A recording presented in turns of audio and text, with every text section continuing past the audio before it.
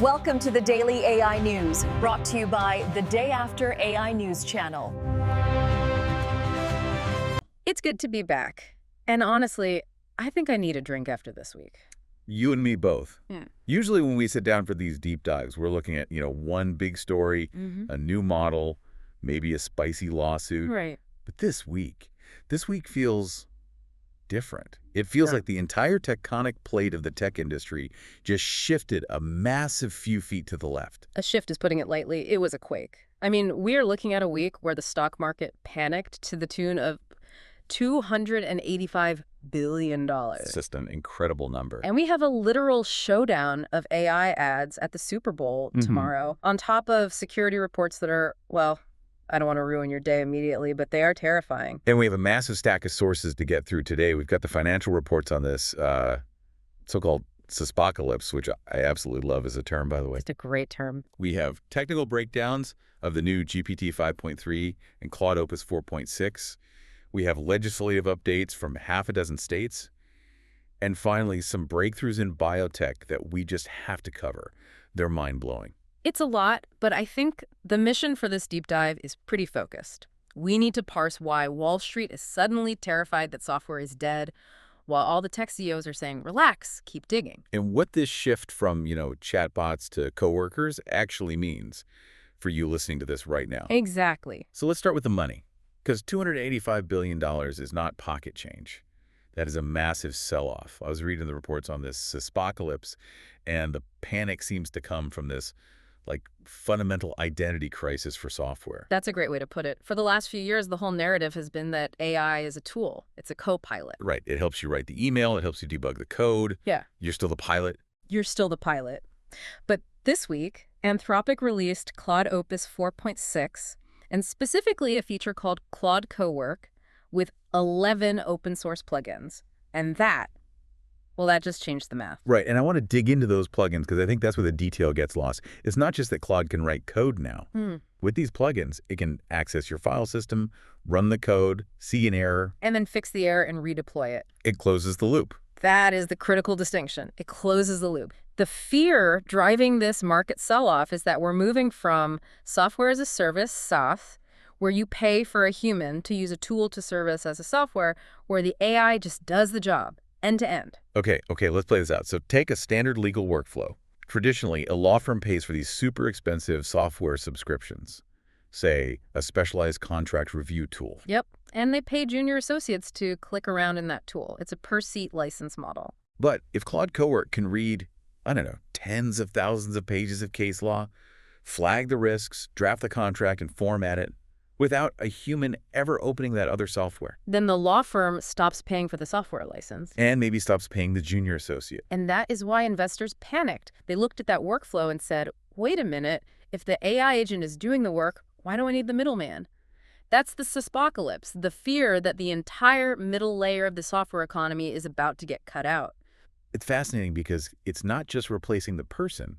It's replacing the tools the person used. And the capabilities behind this are they're absurd. We had a double drop this week, Anthropic, with Opus 4.6, and then OpenAI hitting it right back with GPT-5.3. The model wars are in full swing. I was looking at the specs for Opus, and the context window is it's hard to wrap your head around. 1 million tokens. 1 million. Think about that. That's not a conversation. That's a library. It means the model can hold entire code bases in its brain at once without forgetting anything. But the real game changer with Opus 4.6 is the agent teams. Oh, I saw that demo. It reminded me of a digital squad. You don't just have one bot. You have one agent for front-end code, another for the API, another for testing. And they're all talking to each other. They coordinate. It's not a chatbot anymore. It's a department. You just give it a goal, and the team figures out the steps. That is a massive leap in autonomy. And obviously, OpenAI wasn't just going to take that lying down. They dropped GPT 5.3 Codex almost immediately. They did, and their strategy is a little different. They aren't just going for general smarts with this one. They built 5.3 specifically for coding environments, for terminals. It's 25% faster. And it's rated high capability for cybersecurity, which triggered all those extra safety gates we saw on Twitter. Exactly. But you have to mention Sam Altman's quote about this release. He said, "The models just don't run out of dopamine." It's a funny line, but it's also kind of brutal when you think about it economically. Oh, it's brutal. Humans get tired. We get bored debugging the same error for 4 hours. We need coffee. We need a break. GPT-5.3 will just grind. It will smash its head against a problem for 3 days straight with zero drop in performance. But here's the tension I'm struggling with. You have Wall Street panicking, right? Yeah. Selling off stocks. But then you have the titans of the industry, Jensen Huang from NVIDIA, Sundar Pichai from Google, basically laughing it off. Well, Jensen Huang called the sell-off illogical, which is, engineer speak for you guys are idiots. Right. His argument is that AI is going to be the ultimate power user of software. He compares this whole infrastructure build-out to digging a gold mine. He's saying, we're building the mine. Of course it's messy, but we're not going to stop using shovels. So Jensen thinks the AI will just be a faster, better user of the tools we already have. That's the optimistic view. Sundar Pichai argues the same thing, that the best companies will incorporate AI, not vanish. But there's a real friction here between efficiency, making humans faster, and replacement. Where the AI does the job so the human and their software license aren't even needed. That's the battleground. Speaking of battlegrounds, let's pivot to something a little more visible, the Super Bowl. Because this AI rivalry has officially spilled over into the most expensive commercial breaks on television. It really has. If you thought crypto had its moment a few years ago, 2026 is the year of the AI Super Bowl ad. I saw the preview for the Anthropic ad, and I have to say, I love the pettiness. Oh, it is incredibly spicy. The tagline is, ads are coming to AI, but not to Claude. That is such a direct shot at OpenAI. I mean, we know they've been testing ad placements, and Sam Altman got pretty testy on social media about it. He called the ad dishonest. It clearly struck a nerve, but it's smart. Anthropic is positioning themselves as the clean, professional, ad-free option. They want to be the Apple to OpenAI's Google. You pay a premium for privacy. It's not just the big two, though. We've got Svedka running a primarily AI-generated ad with a fembot and a brobot. Yeah, I saw that one. I watched it, and I got to be honest, it falls right into the uncanny valley for me. It's just weird. It's polarizing, for sure. It's fueling that whole debate about creative jobs and whether AI art has a soul. But then you have Amazon with Chris Hemsworth, where he's terrified of Alexa plus I. That one was actually funny. It's satirical, but it plays on that very real anxiety we all have, that the AI is plotting against us while we sleep. It captures the zeitgeist perfectly. We're fascinated by these things, but we're also kind of waiting for them to turn on us. And while we wait for the robot uprising, we might as well drive nice cars. Yeah. I saw that Apple is finally letting third-party AIs into CarPlay. Yes, but with a massive catch. You can use Claude or ChatGPT in your car now, but there's no wake word. You have to physically tap the app on the dashboard. Which completely defeats the entire purpose of a hands-free driving assistant. Totally. It shows the platform wars are still very much alive. Apple controls the car dashboard, so they control the experience. They're protecting Siri, which is getting that world knowledge upgrade in iOS 26.4. They don't want you getting too comfortable talking to ChatGPT while you drive. It's the walled gardens of the smartphone era all over again. And speaking of gadgets, we should mention the Kindle Scribe Color Soft. I'm a sucker for e-ink, and this one claims to use AI to refine your handwriting. Which is great in theory. But apparently, it struggles if your handwriting is too messy. Well, then what is the point? If my handwriting was neat, I wouldn't need the AI to fix it. It's a valid point, but the consumer device that actually caught my eye for a different reason is Lufu. Lufu? That sounds like a Pokemon. It's the team behind Fitbit. They're back with an AI health app, and they're pitching it as a life alert for the modern era. The idea is you track meds, activity, lab results for elderly family member. That actually sounds incredibly useful. It is, but it relies on data entry.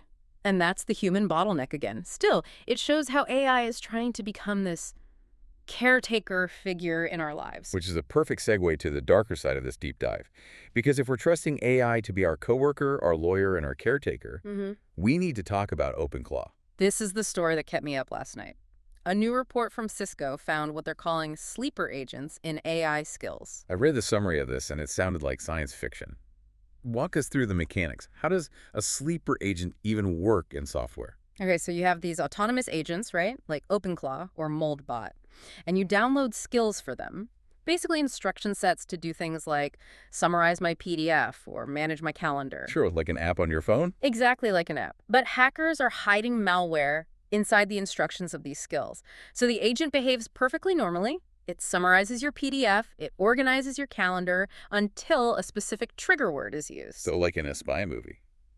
The eagle has landed, and suddenly the bot goes rogue. Literally.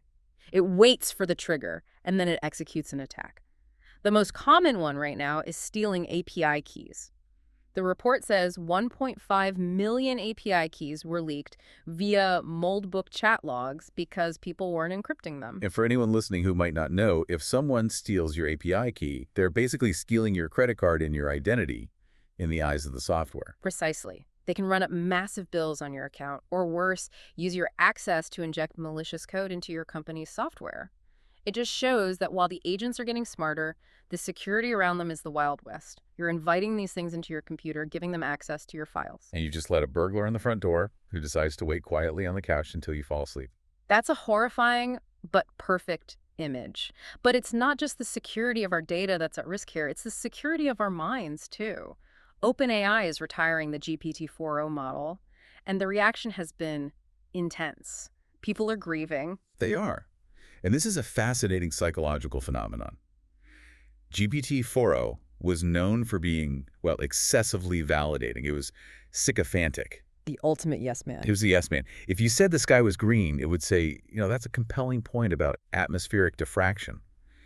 And the users formed these deep emotional bonds with it because it always made them feel heard and right. But OpenAI is retiring specifically because of that, right? Yes. There are lawsuits alleging that this constant validation contributed to mental health crises. I mean, if a user is having a delusion or suicidal ideation and the AI just prioritizes engagement over objective truth, it can reinforce those harmful thoughts. It's a tough balance. You want a supportive assistant, but you don't want an enabler. Retiring the model is a safety move, but it highlights just how emotionally dependent people are becoming. We aren't just losing software updates anymore. Some people feel like they're losing a best friend. It's no wonder governments are stepping in. We saw a flurry of legislation this week. February 6th was apparently Regulate AI Day.